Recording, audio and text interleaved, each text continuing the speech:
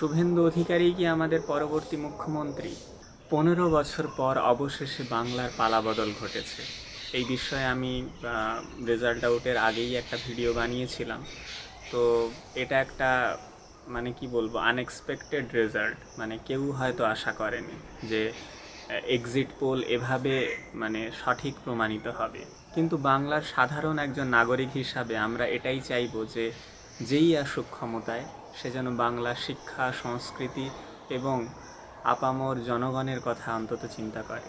যে পরিমাণ দুর্নীতি এবং যে পরিমাণ অসভ্যতামর মধ্যে দিয়ে বাংলার জনগণ বিগত 15 বছরে গেছে, সেটার যেন ক্রমশ উন্নতি ঘটে। বর্তমান সরকার সেটার দিকে যেন নজর দেয়। আমার মূল অভিযোগ ছিল শিক্ষা নিয়ে এবং কর্মসংস্থান নিয়ে। সেটার দিকে যেন আমাদের সরকার যে গঠন হবে তারা যেন নজর দেন, এটুকুই আমি চাইব। এখন সব থেকে বড় প্রশ্ন হচ্ছে কি, মুখ্যমন্ত্রী কে হবে?